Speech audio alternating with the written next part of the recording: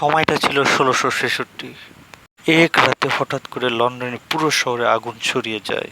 সে আগুন কয়েক ঘন্টার মধ্যে পুরো শহরকে আগুনের দাবানলে ৪ দিন ধরে লন্ডনের দোকান, গির্জা, বাজার সবকিছু পুড়ে ছাই হয়ে প্রায় ১৩,০০০ বাড়ি পুড়ে হাজার হাজার মানুষ লন্ডনের রাস্তায় নিঃস্ব হয়ে পড়ে থাকে। কিন্তু এখান থেকে শেষ নয়, এখান থেকে শুরু হলো লন্ডনের নতুন অধ্যায়। মানুষ হাল ছাড়লো না, ধ্বংসস্তূপের মধ্য থেকেও তারা বাড়ি, ঘর, রাস্তা সমস্ত কিছু নতুন করে সাজিয়ে তারা এই অগ্নিকাণ্ডের পরেই লন্ডন আবারও নতুন করে সাজিয়ে আবারও নয়া শক্তিতে রূপান্তরিত হলো লন্ডন।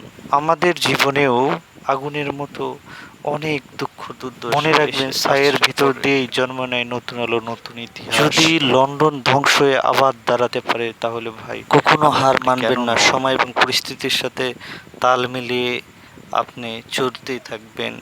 মনে রাখবেন, আগামীকাল আমরা অল্পতেই হার মেনে যাই। যারা ইতিহাস রচনা করেছেন তারা কখনোই হার মানেননি। ইতিহাস আমাদের এই শিক্ষা দেয়, যারা চেষ্টা এবং প্রচেষ্টায় রত থাকেন তারা কখনোই অধ্যবসায় যে কোনো চেষ্টা মানুষকে সফলতার দ্বার প্রান্তে নিয়ে যায়। আর এই চেষ্টাই মানুষকে একদিন তার সাধারণ থেকে অসাধারণ মানুষে পরিণত করে। প্রত্যেকটা মানুষের ট্রাই করণীয়, সফল না হওয়া পর্যন্ত আপনাকে চেষ্টা চালিয়ে যেতে হবে, লড়তে হবে। সবাইকে ধন্যবাদ।